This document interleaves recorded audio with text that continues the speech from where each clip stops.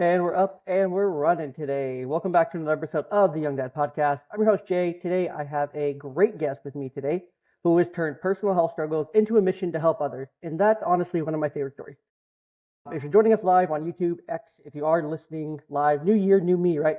So this is a conversation that you are going to want to hear. Joining me is Evan, also known as Detective Ev. Evan is the host of the Health Detective Podcast and the owner of Bucks County Light Therapy and Functional Medicine Center. If you know me, I love talking about things I enjoy talking about. Light therapy is one thing that's interested me over the last few months and something I'm really excited to talk to Evan about. So I'm like really excited for this conversation. I'm like a little kid in a candy shop. But before all that, before discovering functional diagnostic nutrition (FDN) in 2017, Evan and his mom faced over a decade of various health challenges, including severe cystic acne, major depressive disorder, panic disorder, which I'm not sure what that is, and Graves' disease. So we'll get into some of that, some of his story. The FDN system transformed their lives so profoundly that Evan has dedicated his career to spreading its teaching. I always get that word dedicated and decided mixed up. I don't know why, it just doesn't function in my brain. In addition to his work in functional medicine, Evan speaks professionally to middle and high school students about mental health challenges, one population that absolutely needs it. Myself being a mental health clinician, I respect the hell out of that. To date, he has reached over 50,000 students across the country through more than 500 professional presentations. So that's amazing. Today, we'll dive into Evan's personal journey from illness to health, discuss the importance of personalized health strategies, and explore how lab testing can uncover hidden healing opportunities. We'll also touch on practical steps you can take to improve your health and well-being. So grab a seat, get comfortable, grab a juice box, grab a snack. Evan, welcome to the show. Well, we got a lot to buff out. Thank you so much for having me. Of course, man. And just before we jump into it, I just want to shout out that opening beat that the people heard. If you heard it, if I didn't block it out on the post edit or whatever, that opening beat is from the Podbeat app. Shout out to Podbeat. And then one partner of mine that I would love to shout out right here is just the Mental app, which is an app designed specifically for men to work through their mental health challenges. You can download it absolutely for free, get a free 7-day trial. I let them know I sent you. Go to the link, what I'll put in the description of this episode. Mental is great. You can get the cold shower protocol. You can get AI coaching. You can get journal prompts and just so many other focus tools, mental health tools as well in the Mental app. So shout out to the Mental app, a great partner of the podcast. So yeah, without further ado, Evan, like I said, it's an honor to have you on the podcast. I'm really excited because I really have an interest in light therapy. I haven't tried it, but we have new places here locally to where I am at that are offering it now. I'm like, man, I really want to go try that. So I'm really excited to talk to you today. Your journey is both compelling and inspiring. So could you start by sharing a bit about your personal health struggles? What led you to discover FDN? Yeah, and Jay, you got to feel free to cut me off at any time here, although I'm usually smart enough to pause at some point. You're good. So how I got into all of this is, I didn't set out at 5 years old. I always make a joke that to like be an FDN practitioner or get into this type of stuff or do podcasts on functional medicine when, just to be clear to everyone, I'm not a doctor or something like that. I thought that was I your never goal, set like your out life goal. Yeah, that was never. That's what it struck me as. I'm just kidding. Yes, that was never a thing. But what happened is I started to develop health symptoms at 5 years old. And so you mentioned GERD. So it just sounds cooler than it is. It's just gastroesophageal reflux disorder. So this is someone that would have almost, you can kind of call it a clinical acid reflux, like as opposed to, hey, I ate something spicy tonight and I don't feel great. It's happening all the time to the point that it is like damaging your esophagus and stuff like that. It's just uncomfortable. But with that said, I started to develop symptoms kind of like that, headaches, some migraines as well. And I would have panic attacks maybe once or twice a month at that age. So we're still at 5. But if we looked at the entire month, myself and my parents, 95% of the time, I was an otherwise normal, happy kid who felt pretty good, was able to, go interact with other kids at school, had plenty of friends, played some sports. Everything was overall good.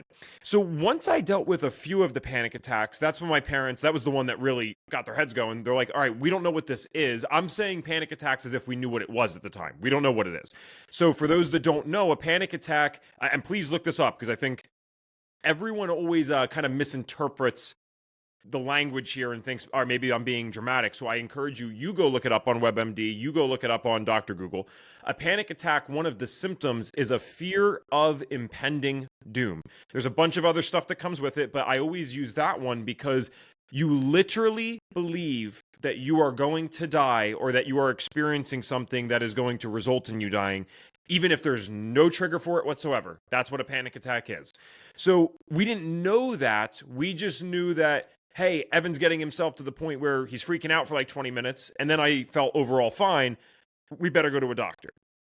We went to a doctor, and I don't remember too much from 5 years old. I don't know about you. My vague memories start at like Yeah, 4 I or don't 5. remember a lot from when I was 5 and in kindergarten as well. The only thing that I remember from that like age range is I was about 6 years old when 9/11 happened. So people can put that together to how old I act like I am like now. But that's like the only thing I remember. But I just recently learned how all those things work. But I did just want to also mention, so myself, a mental health clinician, I'm not here to give you mental health advice. I'll give you advice. I'll give you tips, tricks, things like that. You can go over to the website. Every Young Dad podcast now has an interactive worksheet that's going to have like some different mental health tricks, things like that you can download. It's fantastic. But it's a free resource I'm giving people. But a panic attack is a sudden episode of intense fear or discomfort that triggers severe physical and emotional reactions, even when there's no immediate or apparent danger. These episodes usually peak within minutes and can feel overwhelming, sometimes mimicking symptoms of a heart attack or other serious health issues. Common symptoms include physical sensations or rapid heartbeat, shortness of breath, sweating, shaking, chest pain, dizziness, chills, or even hot flashes. It's an emotional response, a strong sense of impending doom, fear of losing control, or fear of dying. Cognitive symptoms, a sense of detachment from reality, derealization, or feeling disconnected from oneself. Panic attacks can occur unexpectedly, out of the blue, or in response to a specific trigger. They're often associated with conditions like panic disorder, but they can also happen in context of other anxiety disorders, stress, or medical conditions. So here would be an example. If you're 5 years old, I would assume it's related to other medical conditions because you're fairly normal 95% of the time. You have these things a couple of times in a month. I would see that as what I do as something related to something else, just from my perspective of what I do now. Of course, that was back many years ago. Things were many different in the mental health field, probably when we were much younger, when we were 5. But no, panic attacks are a real thing. And someone can have a silent panic attack too, to where like you and I could be somewhere and you can have a panic attack and I might not even know it. You may just like stare off into space and your heart could be racing, your hands could be like gripped to a table. Let's say we're at a bar or something. I don't drink actually. Let's say we're at a restaurant. We're at Denny's. All right, Denny's, but we're just there. We're at Denny's, okay? Not the healthiest place, but you could just like zone out, stare off into space, and you could be having a panic attack. That could be a panic attack.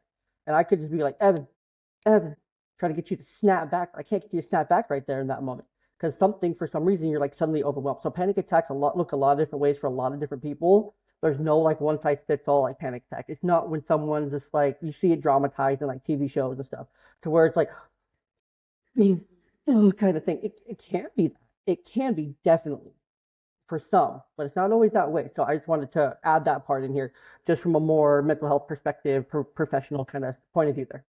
Actually, this is a great podcast to be on because I appreciate that. Because normally I'm not going to get into every little thing there, but what you just said is literal too. I think people hear these symptoms and for some reason we kind of go in one ear out the other. It's like, no, that's actually what the person feels. And anyone could look at that and say, that's kind of scary. To your point, for whatever it's worth, I was definitely in the category of somewhere in between the two things that you kind of listed off, in the sense that I never can imagine sitting there and staring off into space. I always had to. It was that overwhelming adrenaline. Like, I mean, running. Like, as a kid, I'm running up and down the stairs during the panic attacks because I had such overwhelming energy, and like that was comforting to some degree. It didn't help that much, but there's a 5 to 10% release of just moving, like going somewhere, as if that's going to help. No, and everyone's going to have a different release that they need for that, right? Like you at 5 needed to, well, of course, you're a 5-year-old little boy. Of course, you're going to need to move around, but that can also be very easily misinterpreted to professionals.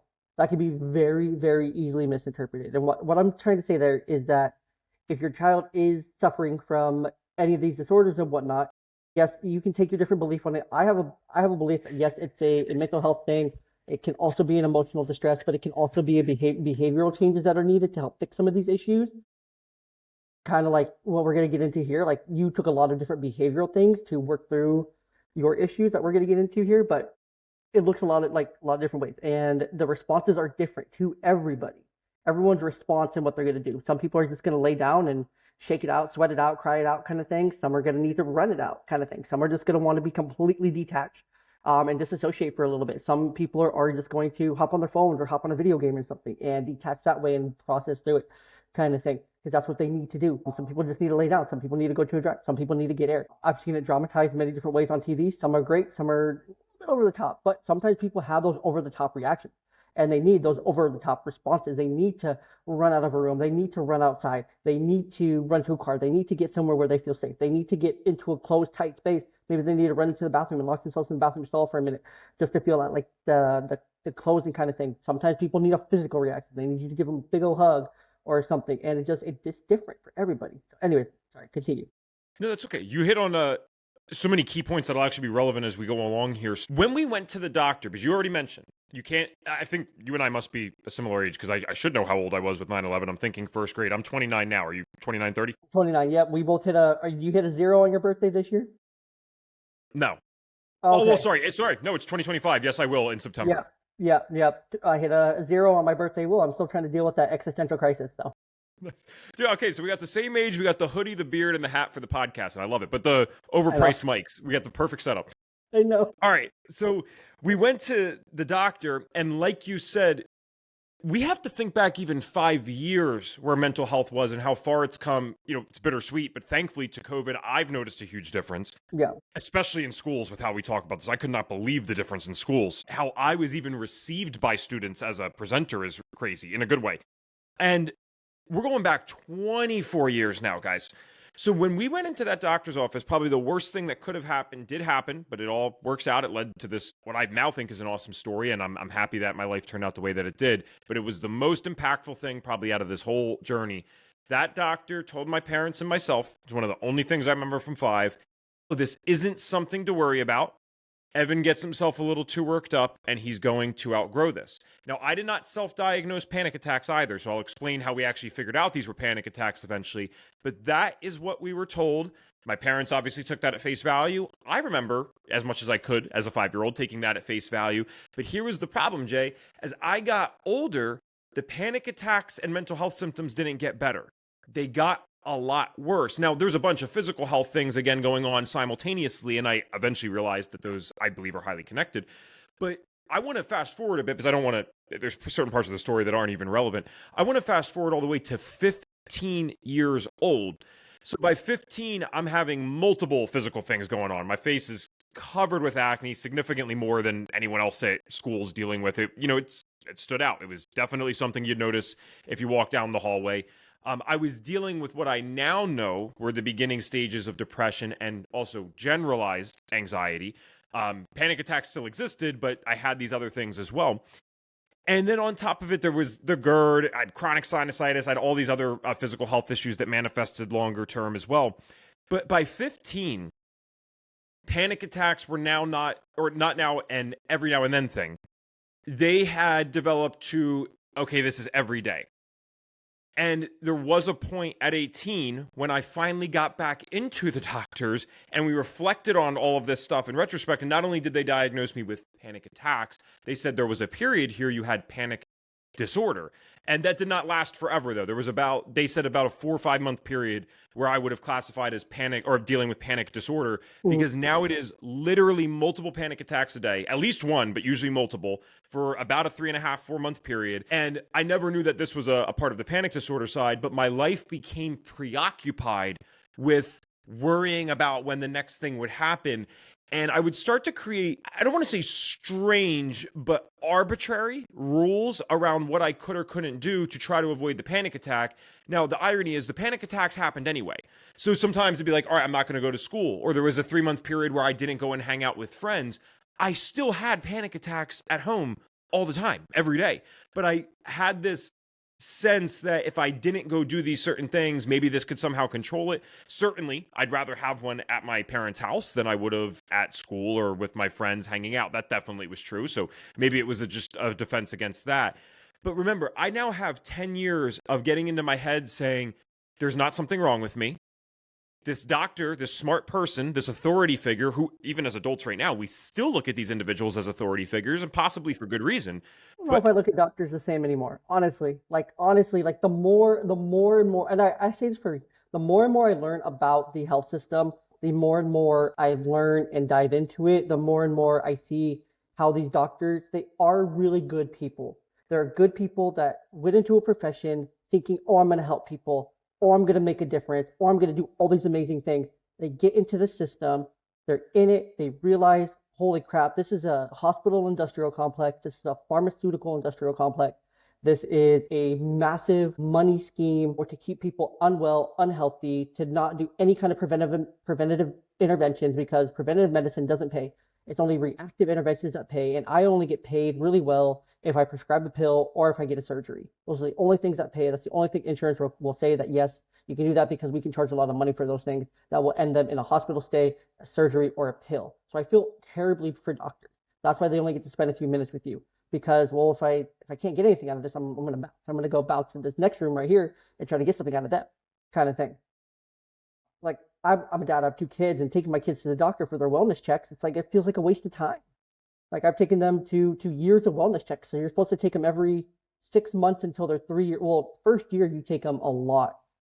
Then you take them at 1. Then you take them at 1.5. Then you take them at 2, and then you take them at 3. No, 2.5, then 3, and then 3 every year after that. And so you're taken to the doctors for these wellness exams quite often. But I'm always like, they're like, is anything wrong? Or do you notice anything different? Are they hitting all these milestones? They give you a piece of paper. Are they doing all these things? They ask you like the same few questions.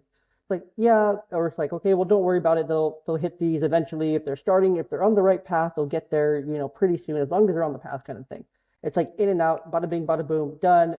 Nurse comes in, gives some shots, vaccines, whatever, you're on your way. It's like, why do I waste my time doing these things? So I've lost. And you're someone obviously then that's kind of seen the light against the system, and it's the perfect balance, right? Because it's not hating the person. The doctors normally get in because they're amazing people, but the system itself is, it's trash. Yeah, the average person so obviously still looks at these individuals as an authority figure, and possibly, again, for good reason. Why? Average IQ of a doctor is like 120 to 125, so they're smarter than 90% of us. They're more conscientious than probably 95% of us.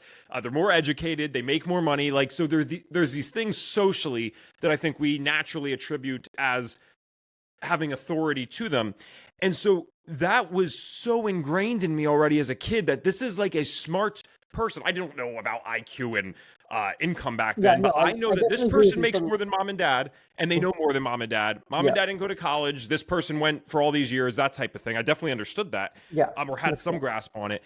And so the farther that I got away from being normal or outgrowing it, I use normal in quotes for those on audio, I started to convince myself I must be the problem. So this is 5, 10, 15-year-old logic. No, when you're stuck in that cycle for so long, like for 13 years, like going from 5 to 18, you're stuck in that cycle for so long. Yes. That's for anybody. Like, you're going to feel like, oh shit, like this person said I was fine. I'm going to outgrow it, but I still haven't outgrown it. It's only gotten worse. Obviously, I'm doing something wrong. I'm the problem here. I'm the issue because that's what you were trained from such a young age to believe, which is terrible, which is, again, but that's, again, 2000, 2001, 2002, times were very different back then. And if you know, you know. The word that I ended up developing in my head, not that I came up with the word, but I started to use the word crazy and insane. I thought that I must be crazy because I could not understand how 1 second I was fine or fine enough, and the next second I would have, usually for me, it was just around 20 minutes every time. 20 minutes of feeling like I'm going to die, so convinced, even though I felt this way a million times in my life at that point, that this is the one that's going to kill me, this is the one that's going to put me in the hospital. Never happens, and I convince myself of that every single time. I didn't have any other words for that other than crazy or insane. I don't know other people that walk around and feel like they're going to die and then feel okay again or okay enough, so it must be me. And my coping mechanism for that was drugs at 15. So I was the last person in my friend group to ever try a drug. This was the one good part about anxiety. I was one of the people who was so anxious that I was too scared to drink alcohol, smoke weed. I wanted nothing to do with any of that stuff until it's summer of the year going between 9th and 10th grade. You're bored in summer too. But at the same time, I had just kind of come out of that 3.5, 4 month phase where I didn't see friends. So that was during school, more or less. Once summer came out and I could kind of sleep certain things off, because the other problem with school and dealing with this was, I might be up till 3 a.m, but you got to be up at 7 for school. The difference in summer that did help dramatically, actually, was even if I was up super late with the anxiety or whatever, I could still sleep, thank God, if I had the time to sleep. So if I didn't have an alarm, there was no reason I couldn't sleep until 11 in the morning as a 9th grader. And during that summer, I'm watching these guys. They've been doing this stuff for 2, 3 months. No one's died. No one's gone to the hospital or anything. And they honestly look like they're having a good time. So for me, it started out with marijuana. What's so interesting looking back, and I've had some psychologists that I've worked with try to analyze this. I mean, they can only give theories, but when I smoked weed for the first several times, like probably 10 to 15 times, Jay, I got panic attacks from it. Like instantly. Yeah. Instantly smoked. 2 minutes later, I have a panic attack. But I kept doing it. And I'd love to actually know, I mean, you don't know, I guess, the whole background, so maybe it's unprofessional to ask this, but they almost said that they wondered if I kept doing it because now I get to decide when it's happening versus the other side is just, oh, it happens randomly. So do you have any insight on this? So my question here, I would want to follow up. Was it still happening outside Yes. of smoking marijuana? Okay. So yes, there's probably some control aspects there. You're like, oh, I have a sense of control here. But then you're also you're firing off different neurons in your brain while smoking marijuana, especially at that young of an age. Your brain's still developing, it's not fully developed, which is why it's really dangerous for kids to smoke at such a young age. I know this firsthand. I have a brother who has weed-induced or marijuana-induced schizophrenia. It's a real thing. People laugh at it, like, oh, it doesn't do anything to the brain. No, it can really fuck up the brain. Everyone's different with their experience, so everyone's body's different, everyone's reaction is different. If that's you, great. I'm not here to judge you. I'm not one to judge. That's not my job. That's not what I'm here for. But no, there was probably a sense of control there, but it probably also was firing off, different neurons and whatnot. And there's plenty of marijuana-based studies to go back and look at to why that may have happened, but probably most it was probably a sense of control, where you were finally feeling, okay, I'm in control of part of this now, finally. At 15 or whatever, it's like I can control this. I can't control it, but it's my choice. It's in my hands. Even though it really wasn't, because now you're just firing off those neurons even more, because you still have the anxiety around the drug. You still have, oh, I'll mitigate cause, something's gonna happen, something bad's gonna happen. You still have that same anxiety. Like that anxiety and that panic doesn't go away because you were smoking now. So Sure. Yeah, no, so that's the best conclusion I can come to because people never get it. They're like, well, why would you keep doing it then? And I think the other thing is too, like you said, it fires off different things. Marijuana is not unfun for a lot of people. So one version, I have a panic attack and I just feel completely crappy. The other version, I have a panic attack. And then once it's done, I'm kind of goofy and giddy and hungry. So there's at least some positive emotions I'm feeling, not recommending it. That's a whole different thing. Yeah. But that's what was happening. And then my experience with drugs, I don't want to say it became unique. It's just, I think people would think, okay, well, if you're smoking weed, the next step must have been alcohol before anything harder. It's like, well, no, I actually hated alcohol. And now I know one of the reasons was because I couldn't handle it. Because since I was so physically sick, I would watch my friends, they're idiots with this, drinking like half a handle of vodka. And, they're definitely drunk, but the next day, like, they could recover. They weren't getting super sick. And that's like that youthful resilience that most of us have. Again, not recommending these things at all. But if I had like 2 drinks, I would have a migraine the next day and feel like hell. So that was not a drug that was enticing to me. My next escalation actually went right from marijuana to Xanax, alprazolam, if someone has a generic version. And so the reason I went to that is because I was always like a smart kid in the sense of I would research stuff and look things up. And I don't mean drugs. I just mean anything in general. And so I had like the emotional maturity of a 15-year-old, but I was intelligent enough, if you will, to actually do some research on stuff. So I start going into the world of drugs and saying, what is going to help these feelings? I didn't understand panic attacks. I certainly understood what the word anxiety meant at that point and absolutely classified myself as a very anxious person. And so as I'm going along online and looking stuff up, I realized, oh, okay, this medication can be prescribed to people. And all right, maybe I'll try to find that. So I find it from my friend's older brother. He had this drug. And this is, again, you're like, oh, wow, that's more research than most kids are going to do. But again, this is where the 15-year-old emotional maturity comes in. When I got that stuff from my friend's older brother, originally, I took the lowest prescribed dose. You would know the dosages for this. I took 0.25 milligrams. That is the lowest you're about going to get. Low. Maybe I guess someone could split it in half, but that seems ridiculous to me. Very low, yeah. Yeah. So it started with that. So on paper, you're like, well, okay, that's not even the worst drug abuse in the world. Yes, but I'm a teenager. So 0.25 one day became 2 milligrams 2 weeks later. And weeks after that, it's a lot more. And I never actually did that drug every day. This was where the anxiety played a very odd role in all of this. I was so anxious about becoming a drug addict. Mind you, I'm smoking weed heavily every single day at this point, that I'm like, oh, I can't do Xanax more than 4 days in a row. And that anxiety literally stopped me from doing Xanax ever more than 4 days in a row when I would normally take a couple days off. So thank God, I guess. But at the same time, I'm still taking higher and higher dosages. There's clear substance abuse here. And it's getting to the point where now I might have no actual tolerance because, I'm taking off often enough, but then I'm taking 3 milligrams of Xanax and smoking weed on top of it. So I have these multiple hour periods of my life where I don't remember anything. I'm driving around a car at the time because now I'm, 16, 17 years old. You're numb. You're numb to all the things going around.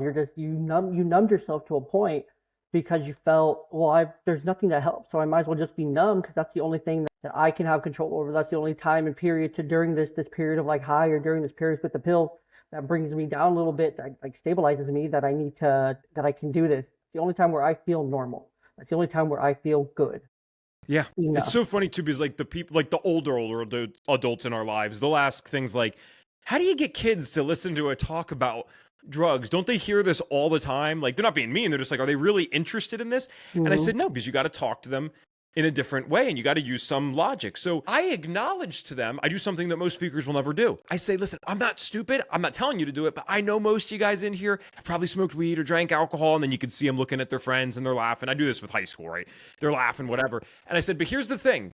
Not one of you, if you've tried those things, has ever woken up and said, you know what? I can't wait to feel the need to smoke weed or drink alcohol every single day.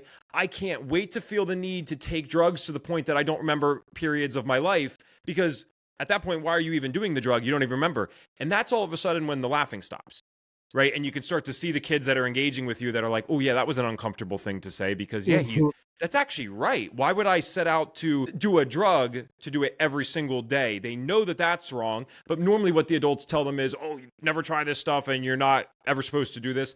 I do believe that, but I live in reality and so do you, and you know that that's not what's actually going to happen. So by acknowledging that reality and then saying, well, wait, we don't want this one, the severe one, that's when you can connect with them a little bit. But sorry, that's a side point. Bottom line is, just for the summary of, we only have so much time today. It is kind of I don't want to call it generic, but, a textbook drug abuse case, right? The drug abuse gets worse and worse and worse. It kind of comes to a peak where I cannot handle these things anymore. I started selling weed myself to support the habits that I had, because I couldn't keep up with the smoking, let alone trying to get Xanax and these other drugs. So at 18 years old, I was spending my 18th birthday on house arrest because a few weeks before that, I had gotten kicked out of school, arrested. All this drug stuff had just come to, again, an absolute head. And I only made it about 17 days including weekends, into my senior year of high school before all this happens. Every summer, things would get a lot worse because there was more freedom. And then I think what happened that year is the terrible habits and lifestyle I had developed, or worsened, I should say, from 10th to 11th, or 11th to 12th grade. Once I had to get back to participating in school, being there 5 days a week, or at least trying to, doing the grades thing, I couldn't keep up with that. Like, there was just nothing left in me to keep up with that. And that's when I got in trouble. I kept abusing drugs, even on probation.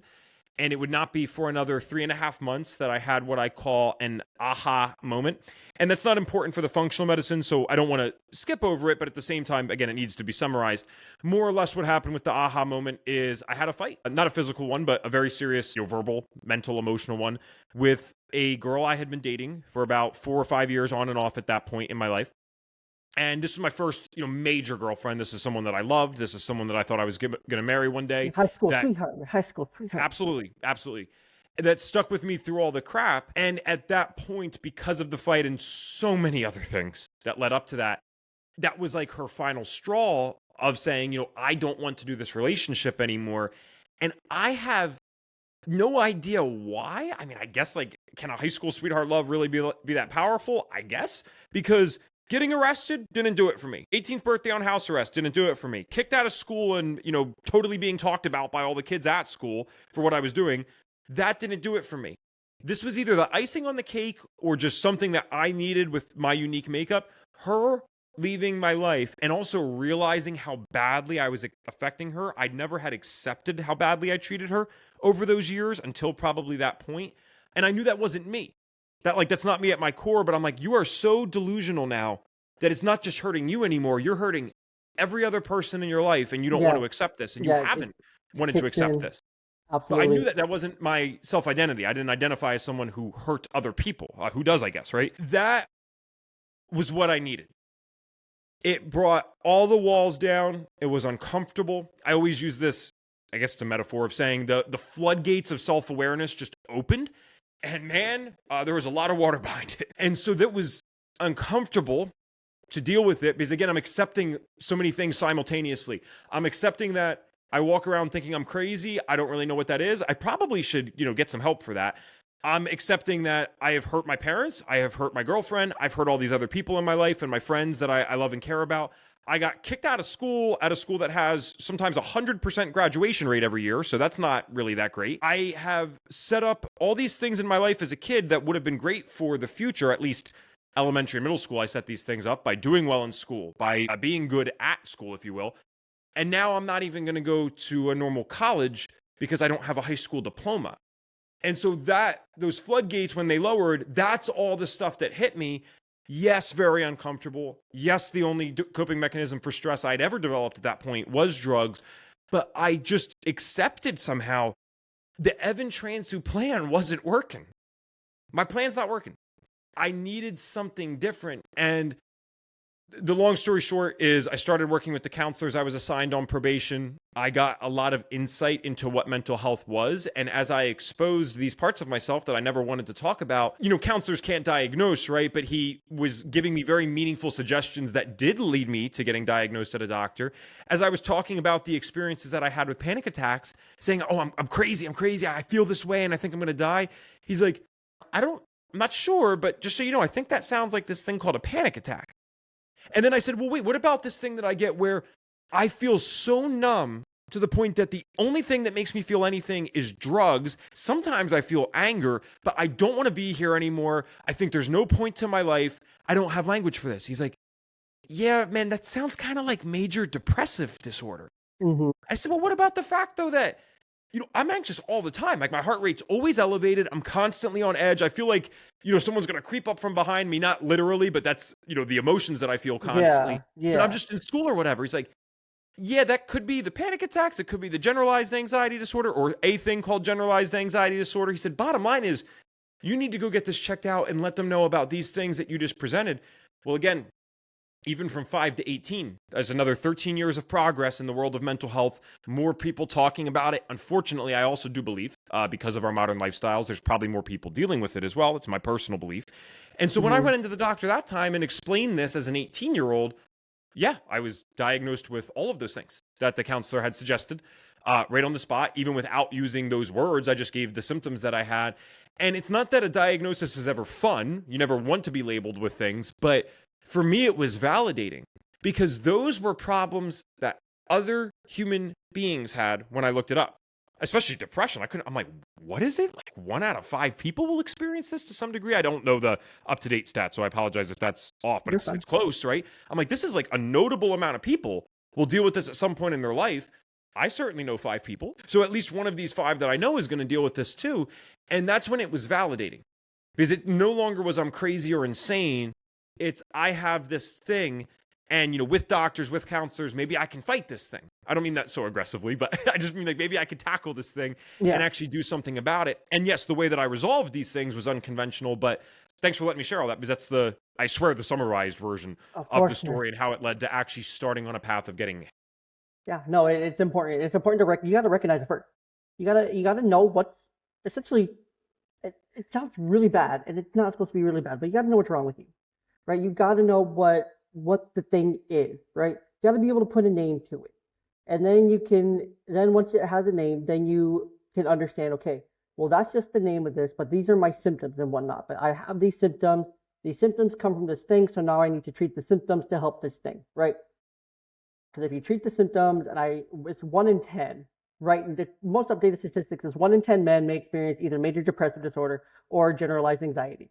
So it's about a 1 in 10, 1 in 16 for depressive. Generalized anxiety affects about 3% of all adults in the U.S., men and women. But for men, it's about 1 in 10 experience either or. So it's very common, very common. That's And less I than I feel thought, though. and I feel like it's probably higher because men don't talk about it, right? It's honestly probably is closer to that 1 to 5. Let's be real. If you get 10 men in a room, yeah, it's going to be a lot higher, kind of thing. So that's important to note. But yeah, you got to know what's wrong with you. You got to know what it is. You got to know, understand your symptoms, and you got to be able to accept your symptoms. There's a big part of this that's acceptance. You have to accept it. Just like for you, your world came crashing down, and you were forced to now accept. I have to accept reality for what it is. And that's what happens in addiction, right? You realize, holy crap, I'm hurting all these people. I don't want to be hurting all these people. I love all these people, and I have to accept me for what I am. I have to accept my mistakes. I have to accept the path that I've created. I have to accept where I'm at, but I also can accept that I'm in control going forward. I'm in control, making the changes. I can make the changes. I will make the changes. I am in control of those things. And those things are really important for anyone struggling with addiction. They say the first step is, quitting, or they say the first step is all these getting help, kind of things like that. But really, you have to accept that you have a problem. You have to accept that you fucked up. You have to accept that you want to change. There's a lot of acceptance that has to go on throughout this process. And then you have to accept you want help. You have to tell yourself, okay, I accept that I need help. I accept that I want help, and I accept that I'm going to get help, kind of thing. They're all acceptance things that you have to accept for yourself. But you're nailing it, because that's the tough part. But the tough part always comes with something good. I think that's a motivational speaker type of line, but I also think that's true in life. I think anytime something tough happens, there's this equivalent seed of an opportunity or something good. Now, that doesn't mean it's easy to get there, but that acceptance also allows you to take personal responsibility for a situation that might not be entirely your fault. Is it my fault that I did drugs, drove cars, blacked out, got kicked out of school? It is my fault for that, yes. Is it my fault that I had panic disorder, major depressive disorder, generalized anxiety disorder, and other physical health issues? No, it's not. Regardless, all of those things, though, have one thing in common. It's my responsibility now to get the stuff that's not my fault figured out, and it's certainly my responsibility to get the stuff that is my fault figured Absolutely. out. And having this sense of that was actually perfect for someone like me, because I think, for better or for worse, one of the responses I've had in regards to having anxiety and panic attacks for so long is, even being free of these things now, I'm working on it, but I still struggle with control with a lot of things. I feel way better when I have control over finances, health, fitness, Absolutely. whatever. I mean, it's like all areas of my life. I didn't fly for 12 years because of this. I just hated being out of control. I still don't like being the one that's not driving in the car. And so what was good about that is personal responsibility felt like control. It felt like more control. So I said, all right, if I can take some actions here that are positive, we can get this under control, hopefully. So I set out without any real expectations, other than just thinking I can probably get better than where I'm at now. When I heard from the doctor that I had these real conditions, that was very validating. I was prescribed an SSRI to get started with that. I personally did not feel good on that very early on. Like within the first month, felt weird, got headaches from that. And I probably should have tried another one, just to be clear. So this is not, guys, remember, I am not a doctor. And even if I was, I can't get on here and give medical advice regardless. And I would recommend to anyone when it comes to SSRIs to do your research. Don't just accept it, because SSRIs, they're part of that model. They're part of the healthcare model to try to get you on a pill. And there's more and more studies coming out that SSRIs may not be as effective. They're doing placebo-controlled studies. They've been doing year-long placebo-controlled studies to where the placebo pill had some of the same effects as the actual SSRI pill. So again, do your research, do some research, ask your doctor. Of course, well, maybe don't ask your doctor because they're going to push the pill because that's how they're getting paid. So anyways, that's besides the point. But I love your podcast. You share all this stuff that I do. And you said this before we went live. You're like, share anything. But sometimes, like I tread the water lightly, but you're like, no, yeah, check out the data on SSRIs. And like, no, he's right. It's barely passing a sugar pill, guys. Like that's not our opinion. Go look it up. That's fact. And a sugar pill has a hell of a lot less side effects, that's for sure. So yeah, I started out on that because, again, I didn't care. I didn't care about natural medicine or Western medicine. I just wanted to feel better. So I said, okay, I have mental health that's issues. what people do. That's what people do. They just want to feel better, right? That's why people pick up, they pick up new diets, they pick up new fitness trends, or they're always trying to do what's trendy because maybe that will make me feel better. Maybe that motivational speaker I saw on Instagram in a 30-second clip, maybe their course they're offering for $200, maybe that will make me feel better, kind of thing, right? maybe if I do that thing, that'll make me feel better. Maybe if I do that thing, it's always about feeling better. But it's always a short-term, quick hit kind of dopamine thing, right? People aren't willing to make the long-term behavioral changes. They're not willing to make the long-term health changes. I've been there. I've been in that cycle to where after my divorce, I realized I was at this place, and I'm remarried now, but I was at this place after my divorce to where I felt so heavy. I was literally heavy, wearing a size bigger shirt, and I was just like, I was so just like gross. I was so out of shape. I was so just like blah. I hated myself. So through and through, I hated myself. But I found this one Will Smith video, and you hit on it perfectly. Yeah, I can be mad all I want. I can be upset all I want. I can blame. I can blame. I can blame. I can blame. But at the end of the day, it's still my heart. It's still my body. It's still my responsibility. It's still me. Still my mind. Still my emotions. Like I have to own those things. Like, yes, these things, some of the things happen are in my control. Some of them that happen aren't in my control. Some of the factors at play are because they're self-inflicted wounds. Because if I was on a bad diet, if I was eating crappy, things like that, those are in my control, right? But there's things that aren't as well. But at the end of the day, it's all my responsibility, and I have to take that ownership, and I have to accept that ownership for who I am, and for where I'm going forward. So I want to fast forward here for the sake of the podcast to try to hit on the functional medicine part of it here. Uh, and kind of what that looks like now, and what has looked like for you at this part of your life. Yeah, I actually swear we're just about to. I always do this with the story. I apologize, Jay. So at the same time, because this really is for functional medicine.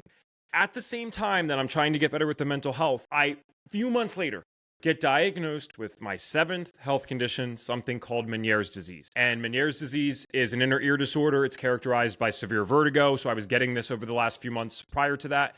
And I go into the ENT, I get diagnosed with this. One of the final ways that they diagnose it is you should have hearing loss, maybe that you wouldn't notice, but that they can see in one or both ears. And certainly enough, I had hearing loss in one of the ears. And so he did diagnose me with Meniere's disease.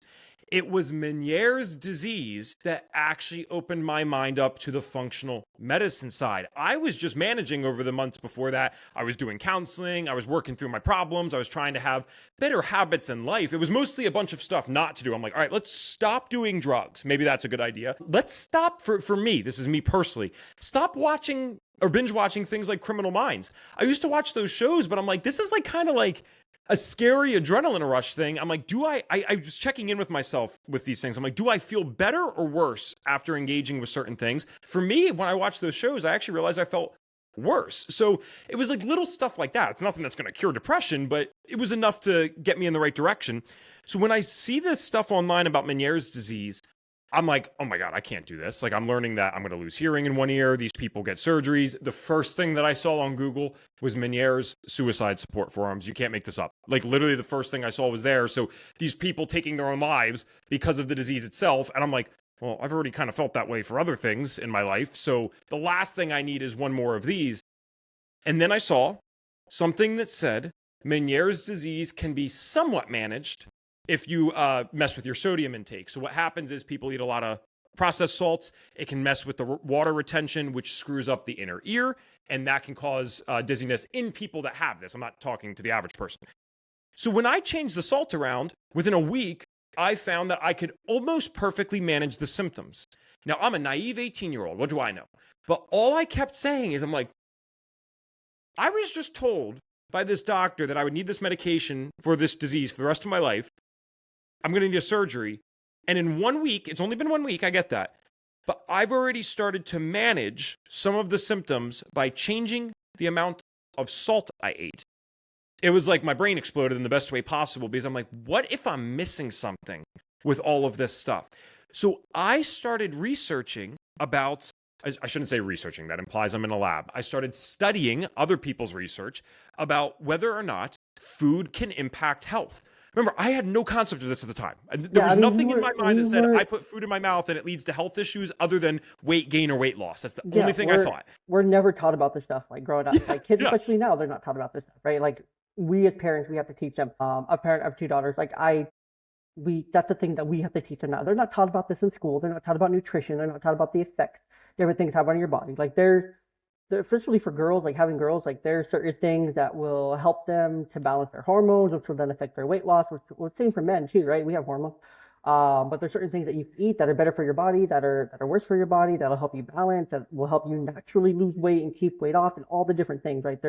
There's so many things there that we're just never taught, and that's again part of the system, and that's a whole nother side quest to get into and later Yeah. date. But So I'll talk a little quicker here just to get it through. So I started studying the nutrition side and I just became a walking experiment. I had nothing to lose. I had nothing to lose. The medications weren't really working the way that I wanted them to. Yes, I was starting to feel somewhat better, but I definitely had depression, definitely had panic attacks. I just was making some progress because of the counseling and stuff. When I started doing different experiments with food, I would notice dramatic changes both in the physical and the mental health simultaneously. One of the first experiments I did was I found out about this organic thing. And I don't think organic food's perfect all the time. I don't even necessarily think it's the best option depending on where you live and what farms you have access to, separate podcast. But I said, all right, I'm just going to go organic for 30 days. Again, what do I have to lose? It's only 30 days of my life. I became a self-help junkie at this time too, Jay. So I was listening to a lot of motivational tapes that just said, oh, it's only 30 days of your life. Like you could do anything in 30 days. So I'm like, all right, I was open to all these things. So I did the organic thing. My skin cleared 70% without exaggeration. And I don't mean to be gross. Like I had a face full of acne at this point. 70% clearance within 1 month of doing that. I noticed my mood was way more stable. I had way more good days than bad days, which was the first time that was ever true. It was always the opposite. And I was like, you gotta be kidding me. I'm still eating crap. I literally promised myself, this is the only way I can motivate myself to do it, that I was still allowed to eat junk food as long as it was like organic, because there is a difference. It's not great food to eat, but there is truly a difference in what they can put in. So yeah, I'm not recommending organic junk food. I'm just saying legally there's certain things that they can't put into organic junk food that they can put into normal junk food. And I was like, you got to be kidding me. So then I started reading more books. I read like the Walls Protocol by Dr. Terry Walls, actual MD that had MS, multiple sclerosis, and cured it, her own words, through diet. So this is her book. Don't take my word for it. Go do her stuff. Autoimmune Fix by Dr. Tom O'Brien. And I would read these books and they're talking about how undiagnosed gluten sensitivities can affect people or, conventional dairy can affect people. So now I took it a step further and I started experimenting with changing other different dietary stuff. Gluten for me, again, this is not medical advice. I do not for 1 second believe that this is the only thing affecting people. I think that'd be an absolutely insane belief. But gluten sensitivity was a big thing for me. And eventually I got into the functional diagnostic nutrition side where I had actual lab tests to measure this stuff. So my mom and I went gluten-free. It helped tremendously, especially for me. We did the lab tests eventually. We found out her and I both had what's called a non-celiac gluten sensitivity. So it means we don't qualify for celiac disease, which is a real thing, of course, but we do have a measurable immune response to gluten.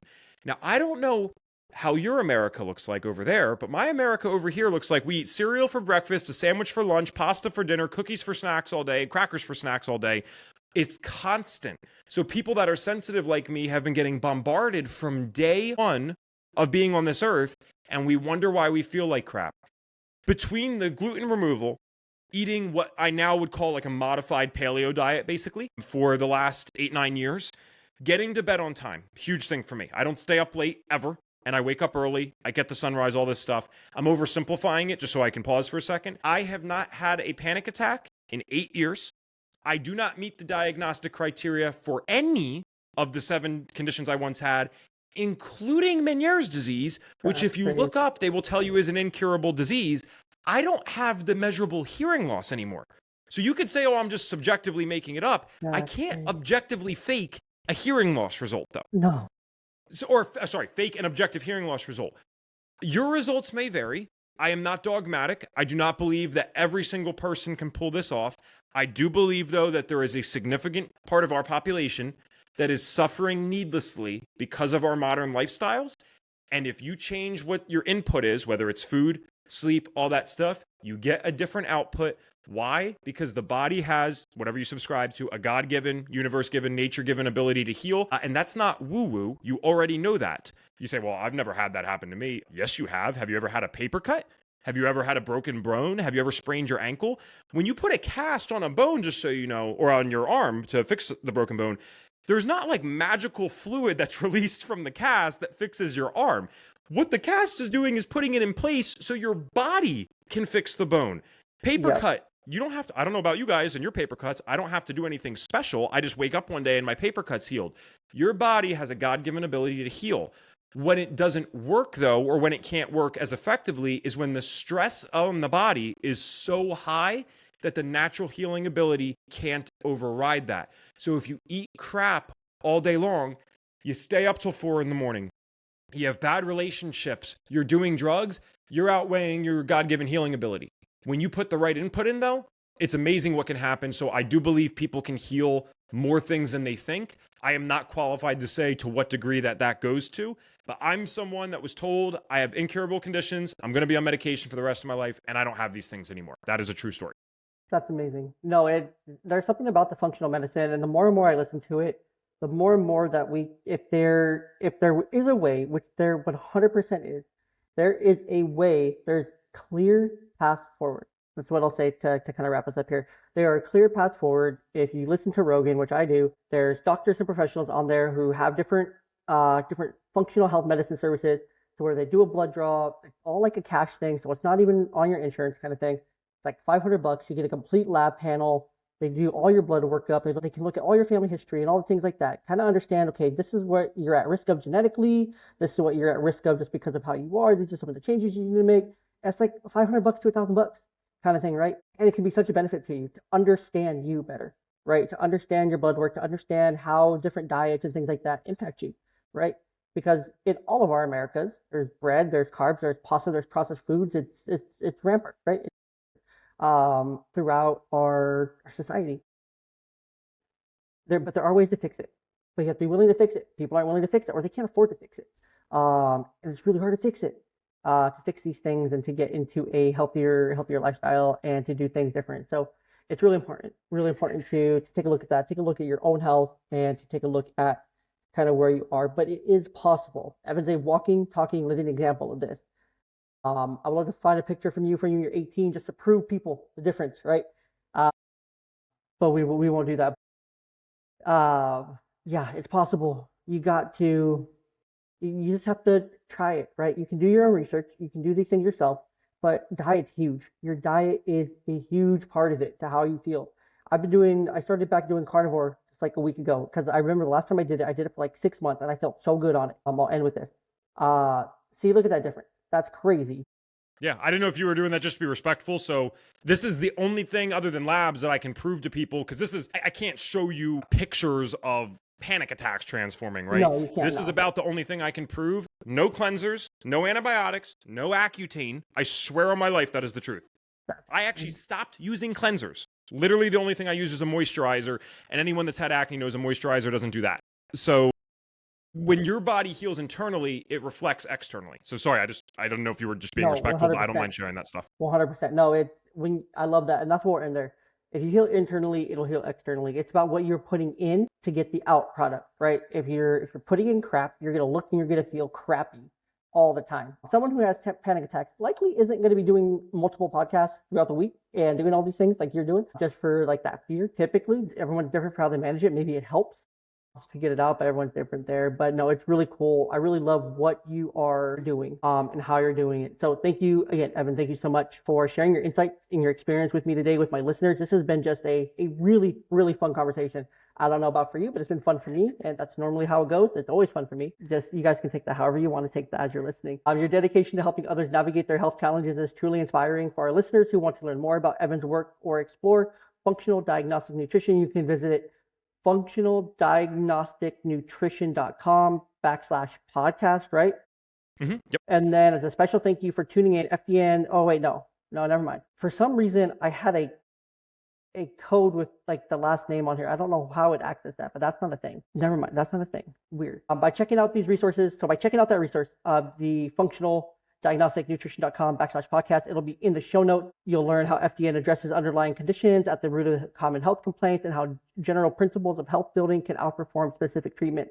So again, thank you all for joining us today on the Young Dad Podcast. Remember, taking care of your health is not just about you. It's about being there for your family now and in the future. So let's take these proactive steps towards better health together. And until next time, take care and stay healthy. Thank you.